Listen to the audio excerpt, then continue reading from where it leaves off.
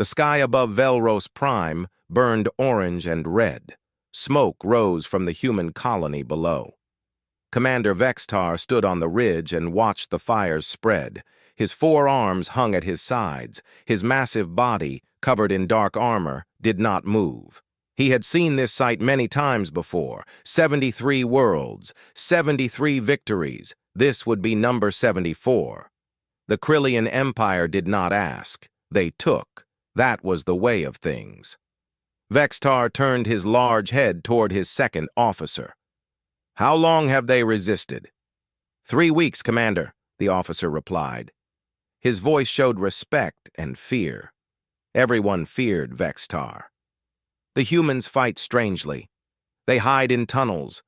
They attack and vanish. They use weapons made from broken machines.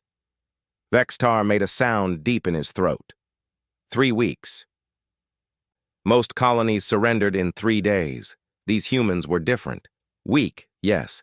Their weapons were primitive. Their ships were slow. But they fought like cornered animals. They fought with something Vextar did not fully understand. "How many remain?" he asked.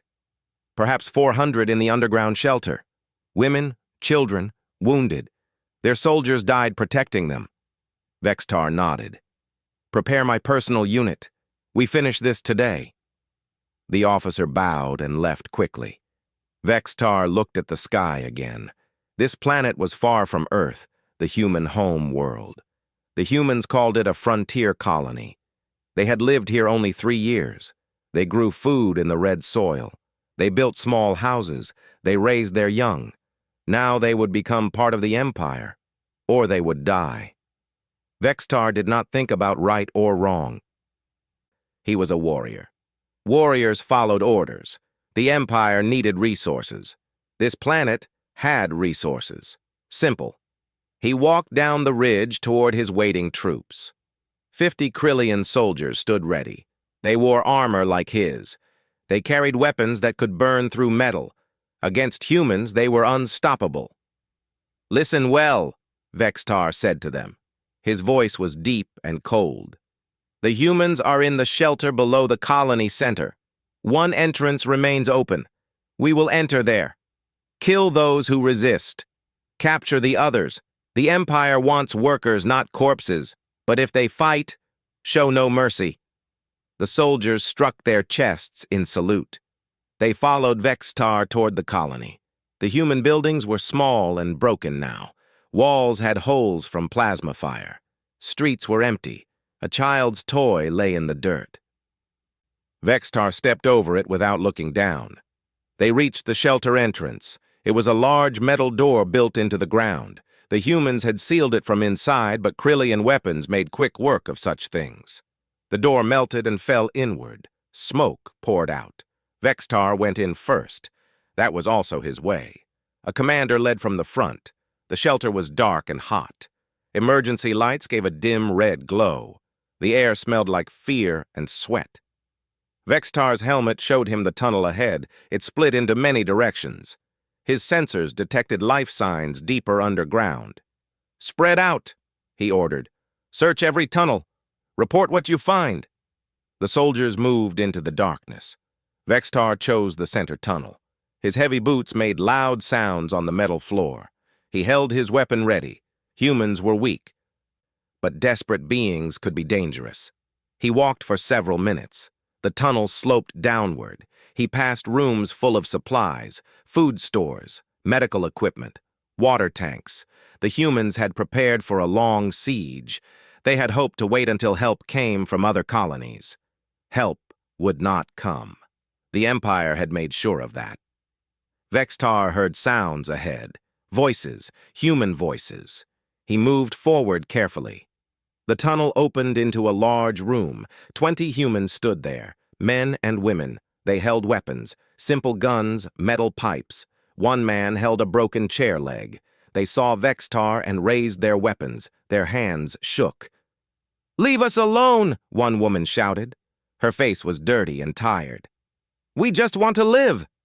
Vextar aimed his weapon at them. "Surrender! The Empire will give you work.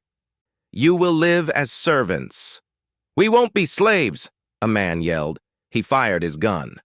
The bullet bounced off Vexitar's armor. He did not even feel it.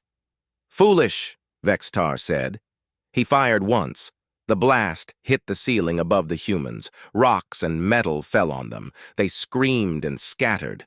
Vexitar moved forward. He would capture them and move on. This was routine. Then the explosion came. It was massive. The whole shelter shook. Vexitar was thrown backward. His helmet cracked. Stone and metal fell from above. The tunnel collapsed. Everything went dark. When Vexitar opened his eyes, he could not move. Heavy debris covered his legs. His helmet was broken, but his armor had saved his life. He heard nothing. The communication device in his ear was dead. He tried to contact his soldiers. Silence. Slowly, carefully. Vexitar freed himself. He pushed away rocks and twisted metal. His body ached. One of his forearms was injured, but he was alive. He stood and looked around. The tunnel was completely blocked behind him. The way forward was barely open. A small gap remained. Vexitar's excellent eyes adjusted to the darkness. He could see, but only just. He was alone, cut off from his unit, trapped in an enemy shelter. Vexitar checked his weapons. One still worked. He had enough power in his armor for several days. He had faced worse situations. He would find another exit. He would survive. He always did.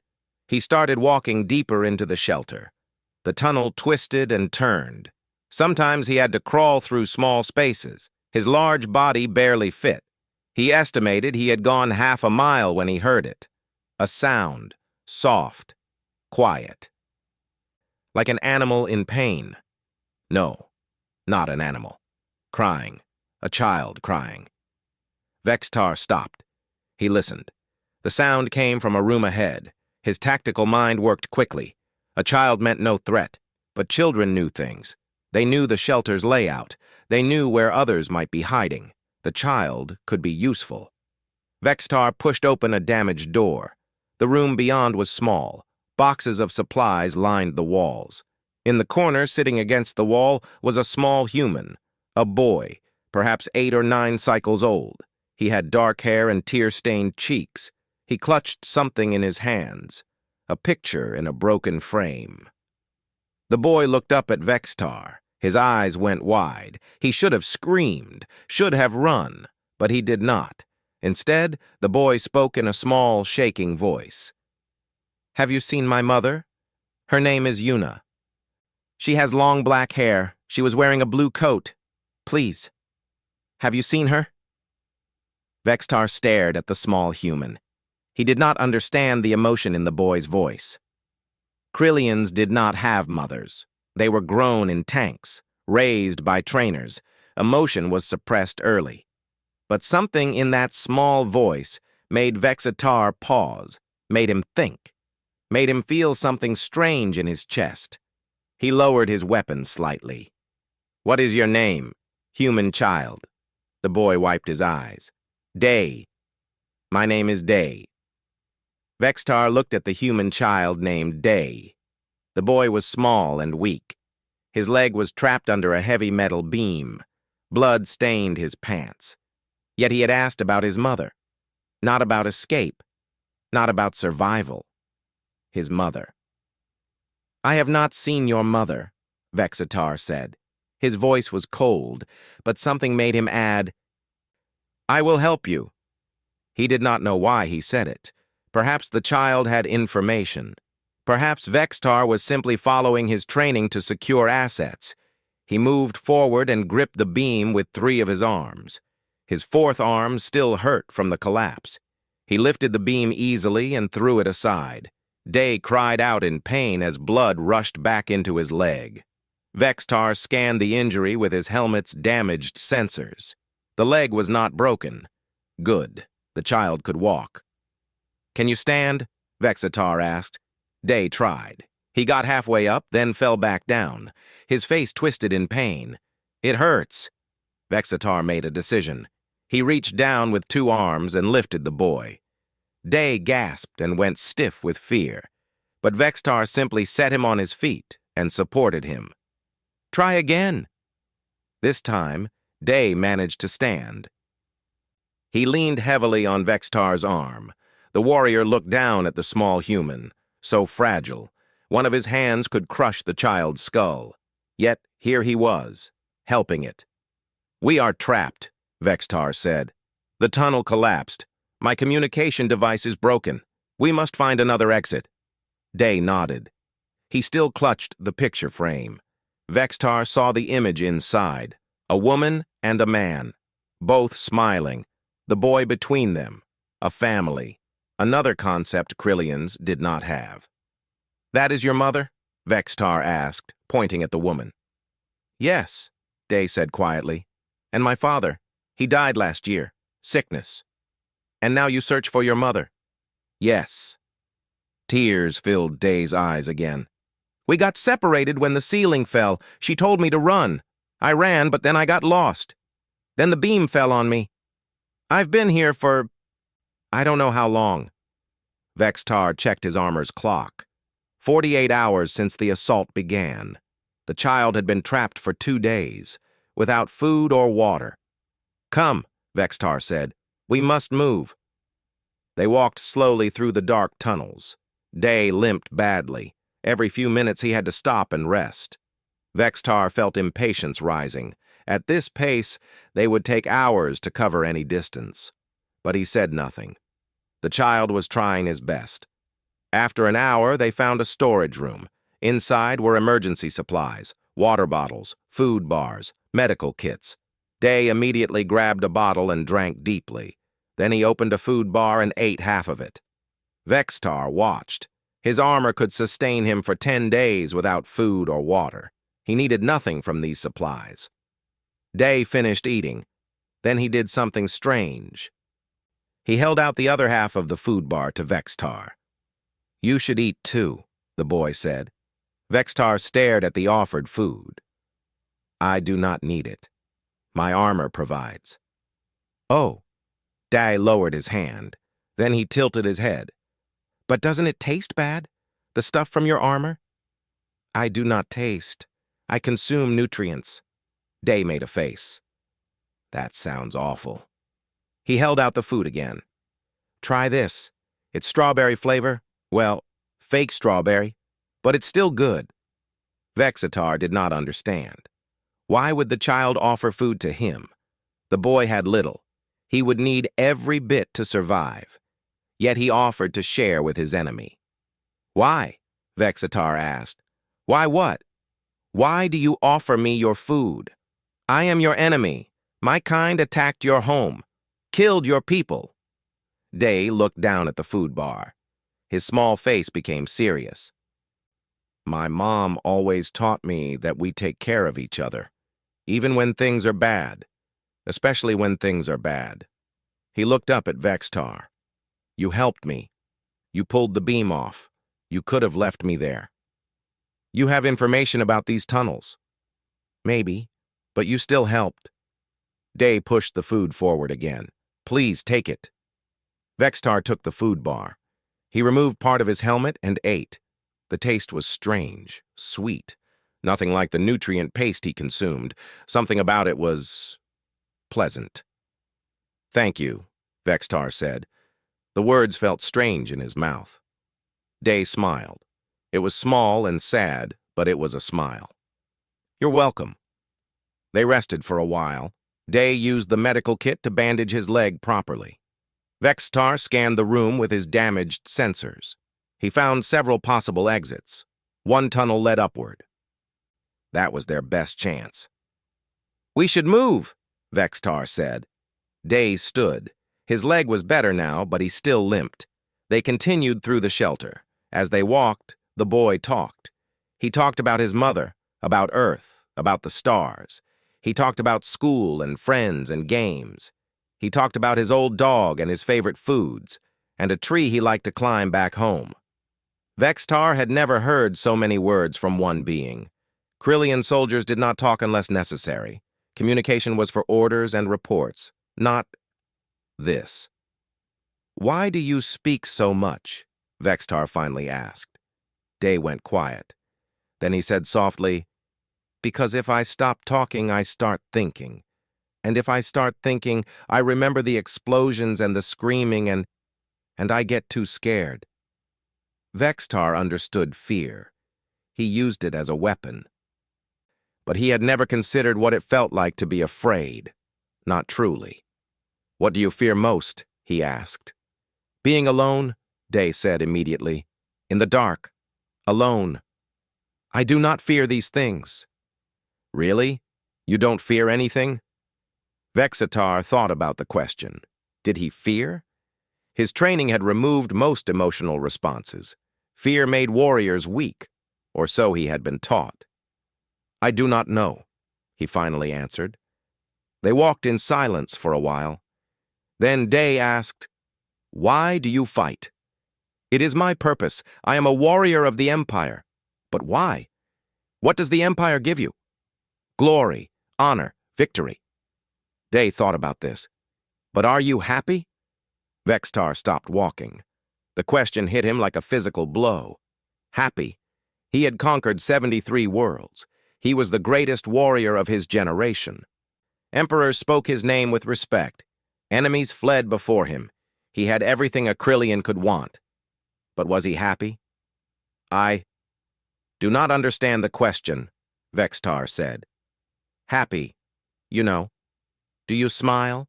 Do you laugh? Do you have friends? Do you like your life?" Friends. Another foreign concept. Krillians had allies and subordinates, not friends. "I have victory," Vexitar said. "That's not the same thing," Day said quietly. They continued walking, but Vextar could not stop thinking about the question. "Are you happy?" 3 simple words, yet they troubled him more than any battle plan or tactical problem. Hours passed. They searched tunnel after tunnel. Some were blocked, others led to dead ends. Day grew tired, his leg hurt, but he did not complain. He just kept moving forward. At one point, they heard a deep rumbling. Another collapse. Dust filled the air. Vextar grabbed Day and covered him with his body. Rocks fell all around them. When it stopped, Vextar checked the boy for injuries. "I'm okay," Day said, coughing. "Thank you." Vextar nodded. Why had he protected the child? His tactical mind said the boy was useful, but something deeper had made him act, something his training had not prepared him for. They found a small room and decided to rest. Day was exhausted. He sat against the wall and pulled out the picture frame again. He looked at his parents' faces. "Tell me about your mother," Vextar said. He did not know why he asked. Day's face brightened a little. "She's smart, really smart. She's a doctor. She came here to help people. She always says that every life matters, that we should help, not hurt." He looked at Vextar. "She would probably try to help you too, even though you're, you know." "The enemy?" "Yeah." Vextar sat down across from the boy. His 4 arms rested on his knees. "Your mother sounds unusual." "She's the best," Day said. His eyes grew heavy. "Do you think she's alive?" "I do not know." "I hope so. I really hope so." Day's eyes closed. Sleep took him quickly. Vextar watched the small human sleep. The boy's chest rose and fell slowly. His face was peaceful despite everything. Vextar looked at his own hands. These hands had killed thousands, destroyed cities, conquered worlds, and now they had saved one small human child. He did not understand what was happening to him, but something was changing, something deep inside that his training could not touch. "Are you happy?" The question stayed with him through the long, dark hours. On the 4th day, they found the ventilation shaft. Vextar had searched every tunnel, every room. Every possible exit was blocked by collapse or sealed shut. His armor's power was running low. The air was getting thin. They had perhaps one more day before oxygen ran out. Then Day spotted it. A small opening in the ceiling, a vent shaft barely visible in the darkness. "There," the boy said, pointing up. Vextar examined it. The shaft was narrow, too narrow for him, but a child could fit. The shaft went up, then across, then down. His sensors showed it led to another section of the shelter, a section that might have an exit. "You must go through," Vextar said. Day looked up at the dark shaft. His face went pale. "In there?" "Yes. You will crawl through. On the other side is a manual override for a hatch. You must open it. Then I can pass through." But it's dark and small, and I don't know what's in there." "There is no other way." Day's hands started to shake. "I can't. I'm sorry, I can't. I'm too scared." Vextar knelt down to the boy's level. His massive frame made Day look even smaller. "You must, or we both die here." "I know, but—" Tears filled Day's eyes. "What if I get stuck? What if something happens? What if I'm alone in the dark and—" "You will not be alone."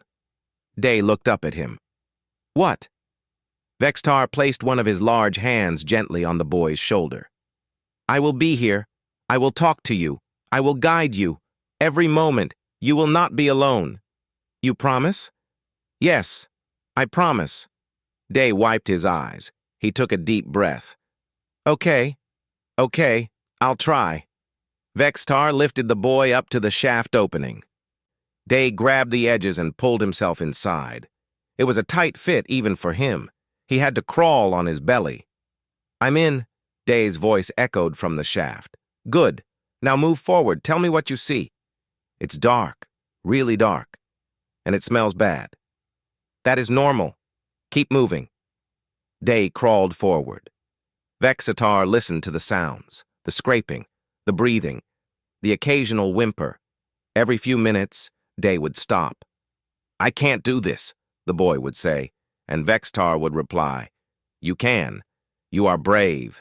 Keep moving." Hours passed. Day moved so slowly. The shaft twisted and turned.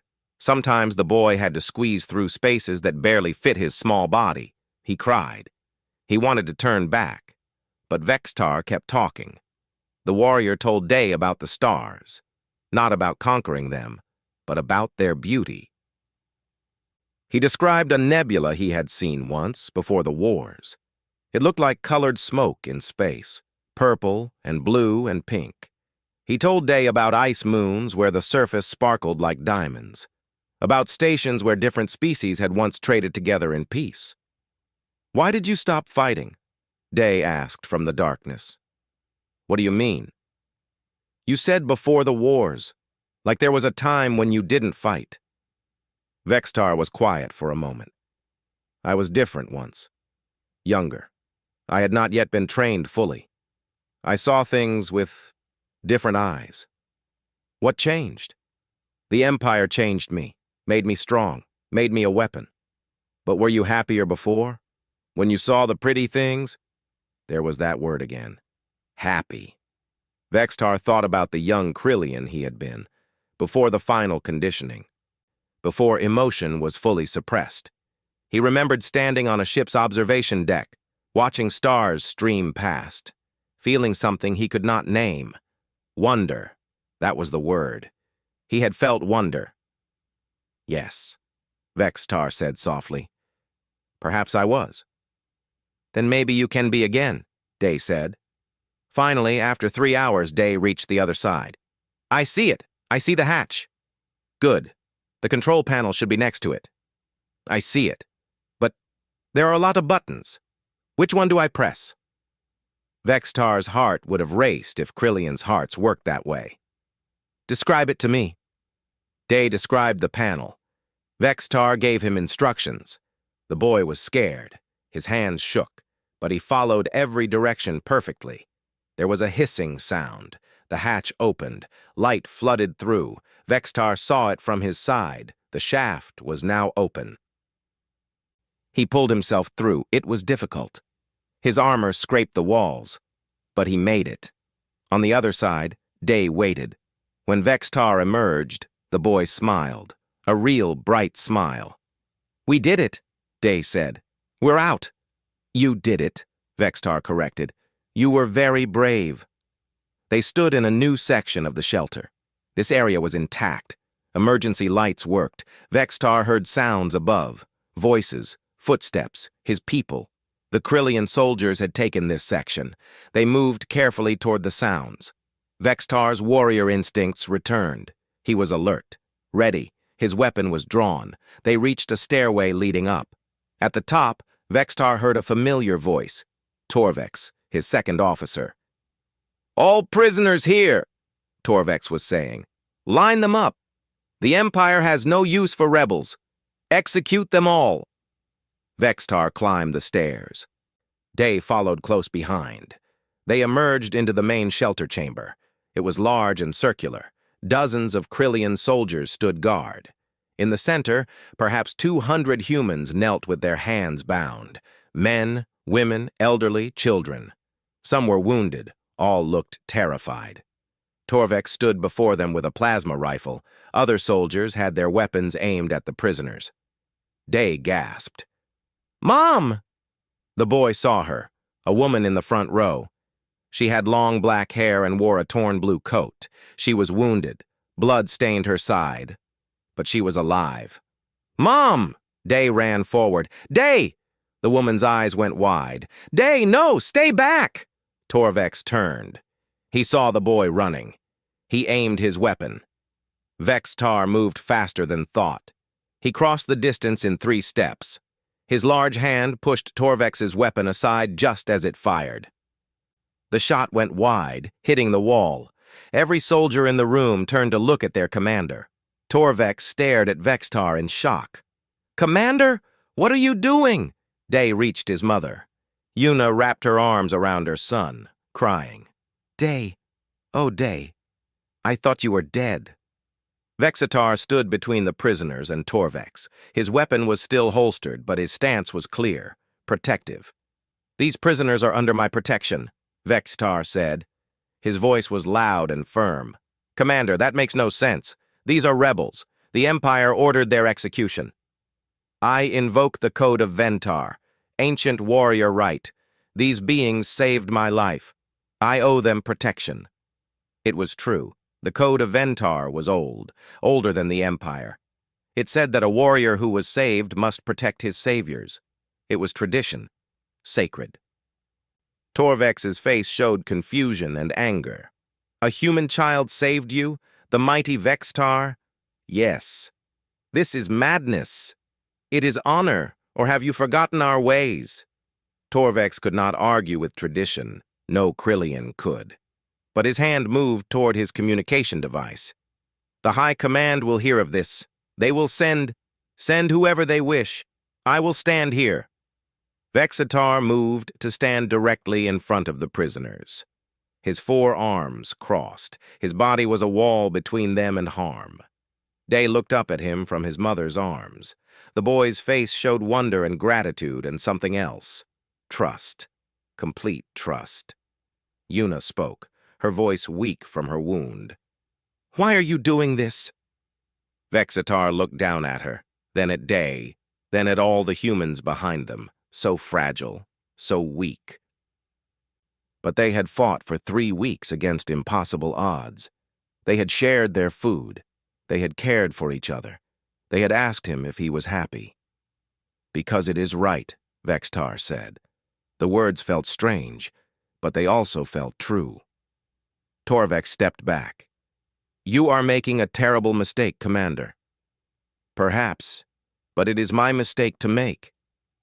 The soldiers did not know what to do. They looked to Torvex. He looked at Vextar. A long, tense moment passed. Finally, Torvex lowered his weapon. "Very well, but when the Empire's fleet arrives, you will answer for this. All of us will." "I will face whatever comes." Torvex ordered the soldiers to stand down. They backed away from the prisoners, though they kept their weapons ready. The humans whispered among themselves, confused, afraid, but alive. Day stood up. He walked to Vextar and stood beside him, the small boy next to the mighty warrior. "Thank you," Day said quietly. Vextar looked down at his friend. "Yes, friend." That was the right word now. "No," Vextar said. "Thank you for teaching me." Teaching you what? Vextar thought about everything. The long hours in the darkness, the shared food, the questions, the trust, the promise made and kept. How to be more than a weapon, he said. Above them, alarms began to sound. The Empire's fleet had been contacted. They were coming, and they would not be pleased. The next 3 days were strange for everyone. Vextar stood guard over the human prisoners, though they were prisoners no more. He had declared them under his protection. By Krillian law, that meant something. Not every Krillian soldier liked it, but they followed tradition. For now. The humans were allowed to move freely in the shelter. They tended to their wounded. They shared their remaining food. They tried to fix what had been broken. And they watched Vexatar with careful eyes. Most were afraid of him. Some were angry, but they said nothing. Not while he stood between them and the other soldiers. Day stayed close to his mother. Yuna's wound was bad, but another colonist named Han knew medicine. He cleaned and bandaged her side. She would live. I still cannot believe it, Yuna said, watching Vextar from across the room. The most feared warrior in the galaxy saved my son. Protected us. He's my friend, Day said simply. Yuna looked at her son with sad eyes. Honey, I don't think it works that way. He's a Krillian. They don't have friends. He does now, Day insisted. On the second day, Vextar approached the humans. They tensed when he came near, but he simply asked where he could find water. A woman named Mira showed him to the water tanks. She did not speak to him, but she did not run either. Later, Han approached Vextar. The man was old with gray hair and tired eyes. He had been tending the wounded for days without rest. I need help moving supplies, Han said. My back is not what it used to be. Vextar stared at him. You ask me for help? You have 4 arms. I have 2. Math seems simple. It was a strange thing. But Vextar followed Han. Together they moved boxes of medical supplies. Han talked while they worked. He talked about the colony, about why they had come here, about building something new. We wanted to start over, Han said. On Earth, life is crowded, controlled. Here, we could build our own way, grow our own food, raise our children in peace. He looked at Vexatar. Then you came. Yes. Why? What does the Empire want with a small farming colony? Resources, land, workers. We would have traded with you. We would have shared. Vexatar had no answer to that. The Empire did not trade. They took. That was how things were, or how he had thought they were. That evening, the humans gathered for a meal. They had little food, but they shared what they had.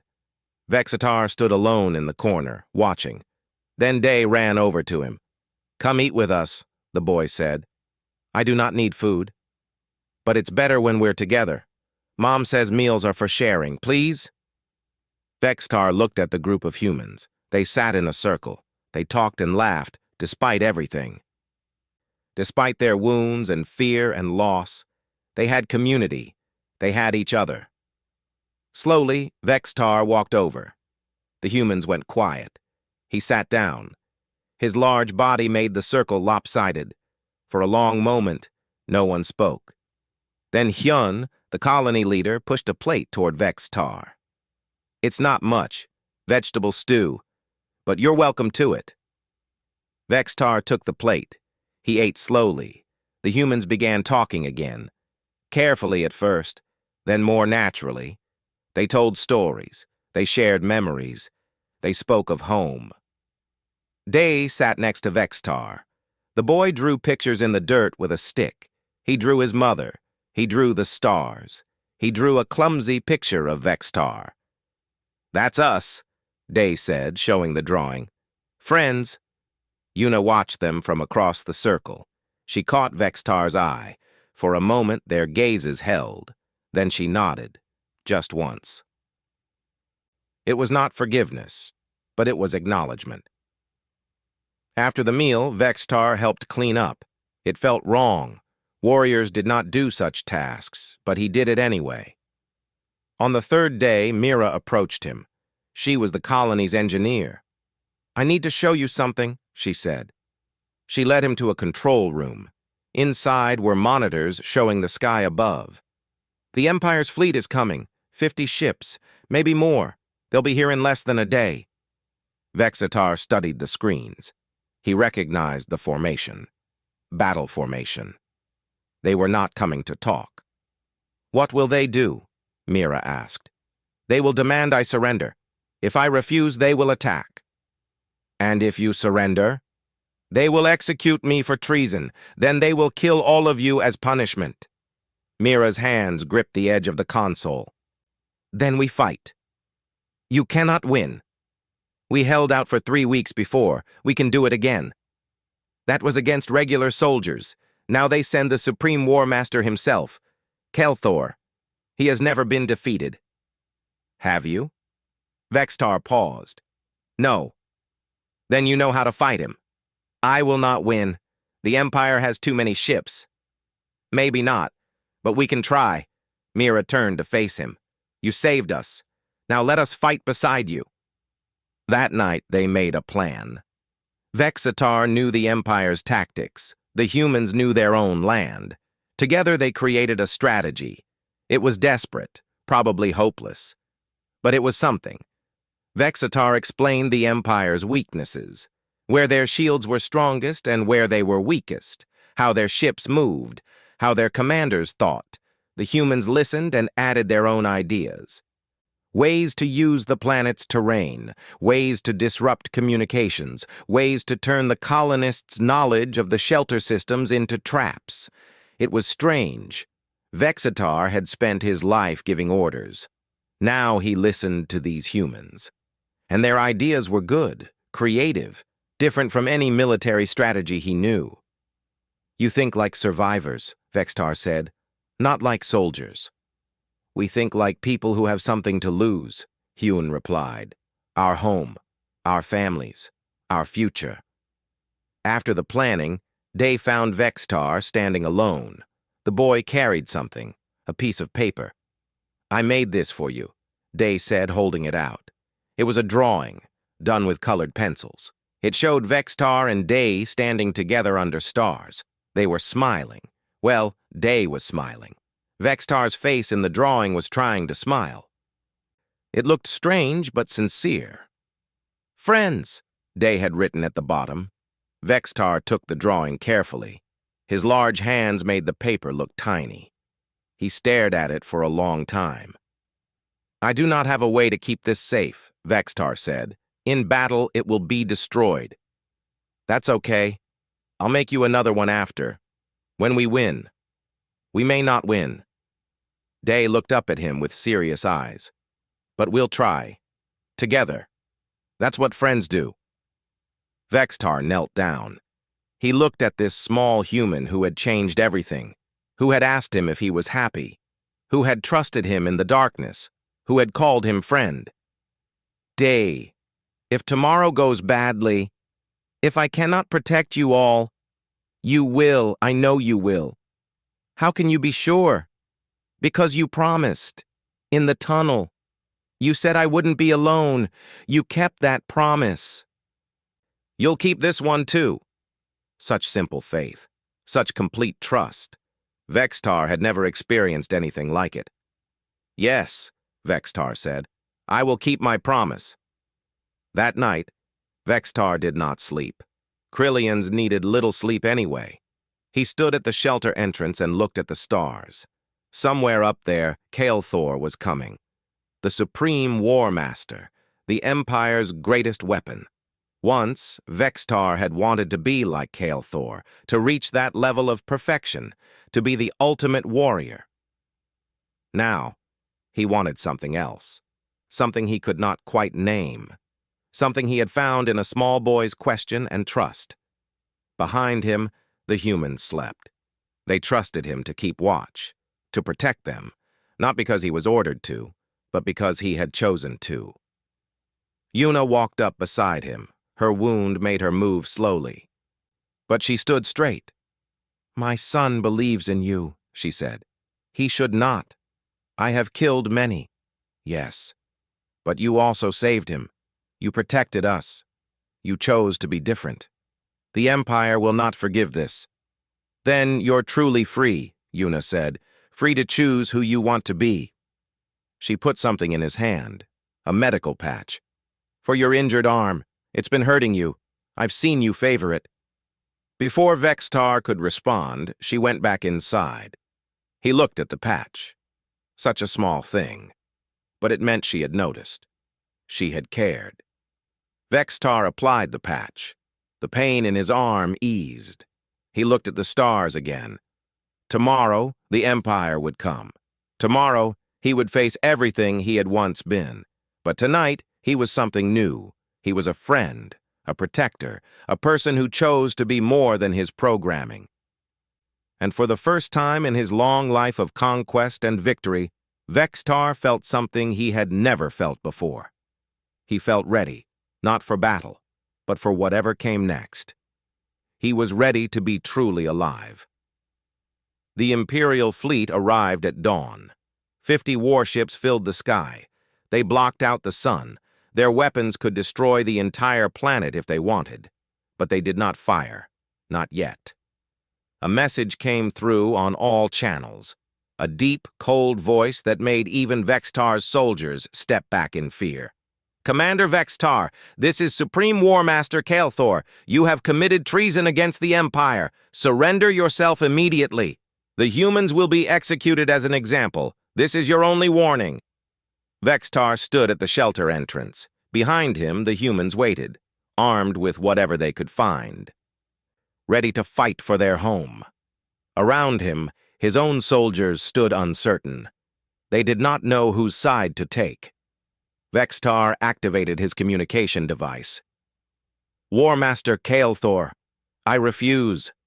These beings are under my protection. If you want them, you must go through me. Silence. Then Kael'thor laughed. It was a terrible sound. The mighty Vextar has gone soft. Very well, I will come down personally. We will settle this the old way. Single combat, you and me. If you win, the humans go free. If I win, everyone dies. Agreed. Hayan grabbed Vextar's arm. You cannot fight him alone. We can— No. This is between warriors. It is the Krillian way. But he's the Supreme War Master. You said yourself he's never been defeated. Vextar looked at the colony leader. Neither had I. Until a small boy defeated me with a question. A ship descended from the fleet. It landed in the open ground before the shelter. The ramp lowered. Kael'thor walked out. He was massive, even larger than Vextar. His armor was black and red. His 6 arms each held a different weapon. Scars covered his face. This was a warrior who had fought 1,000 battles and won them all. Vextar, Kael'thor said. His voice was like grinding stone. I trained you myself, made you into the perfect weapon.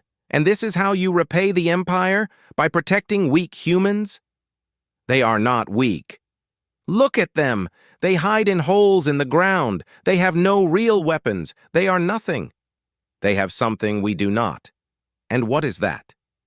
Vextar thought of Day's question, of shared meals, of Yuna's kindness, of Han's wisdom.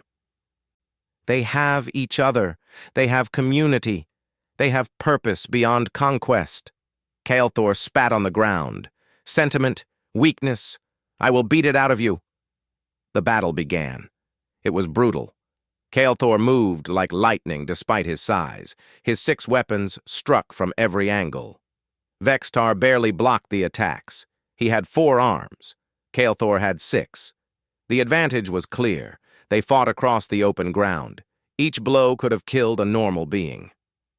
Vextar's armor cracked, his weapons shattered, but he kept fighting.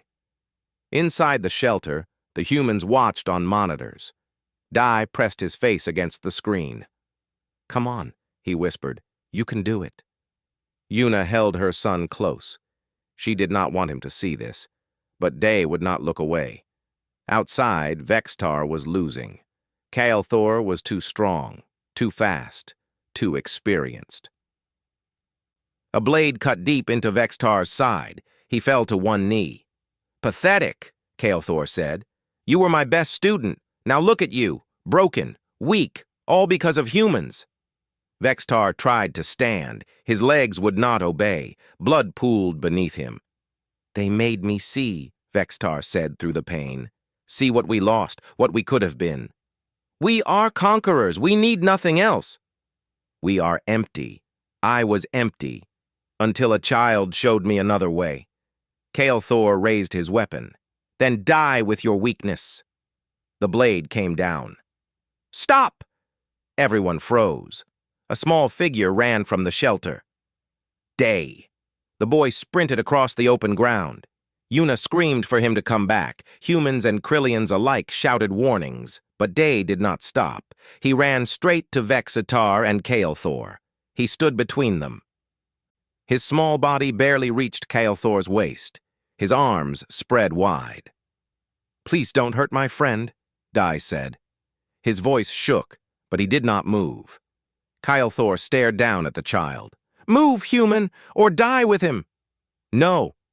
I will kill you. One strike. That is all it takes." "I know." Tears ran down Day's face, but he stood firm. "But Vextar didn't leave me in the dark, so I won't leave him now. If you want to hurt him, you have to hurt me first."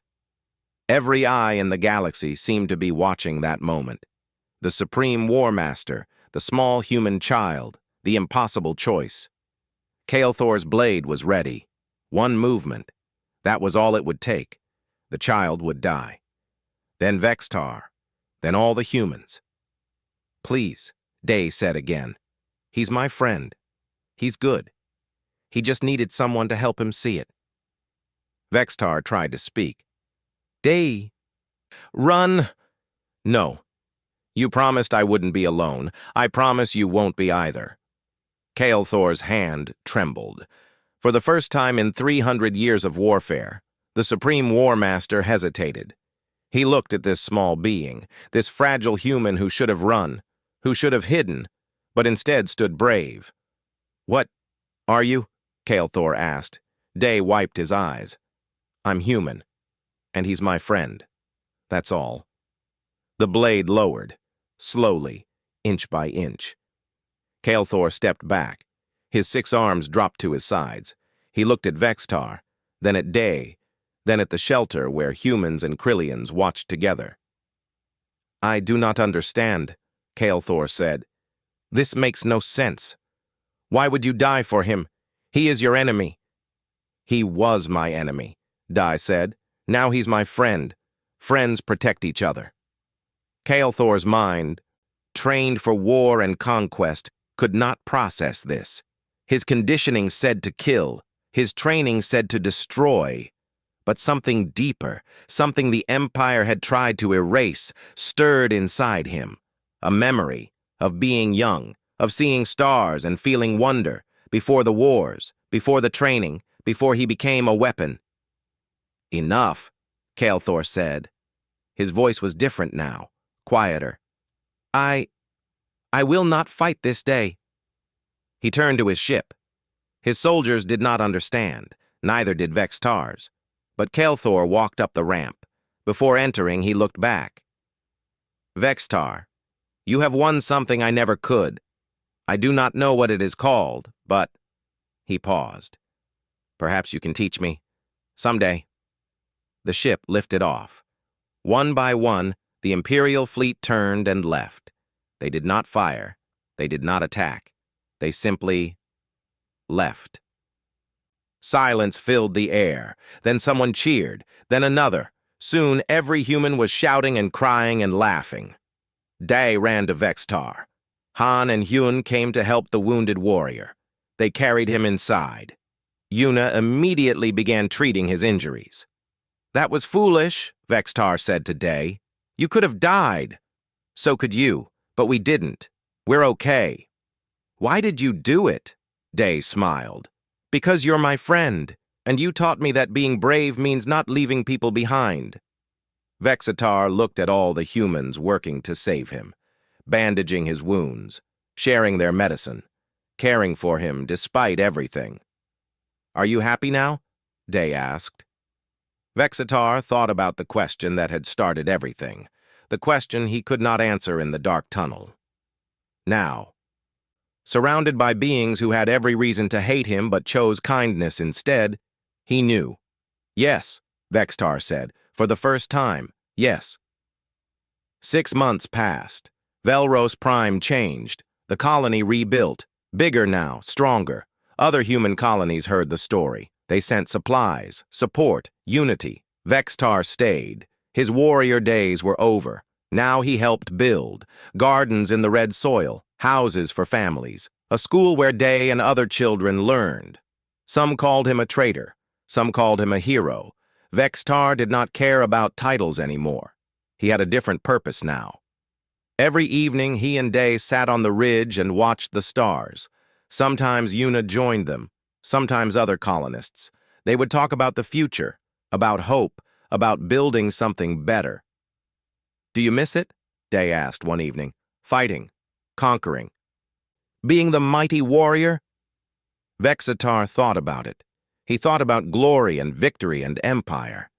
Then he looked at the boy beside him, at the community below, at the gardens growing where weapons once fell. No, he said. I found something better. What's that? I found home. Day smiled and leaned against Vexitar's arm. The mighty warrior of the stars gently wrapped one arm around his small friend. Together they watched the sunset paint the sky in colors of peace. The mightiest warrior of the stars had conquered worlds. But it took a human child to teach him what it meant to be truly strong, not through power or weapons or fear, but through kindness, through friendship, through choosing to be more than what you were made to be. And in that choice, Vexitar found something greater than any victory. He found himself.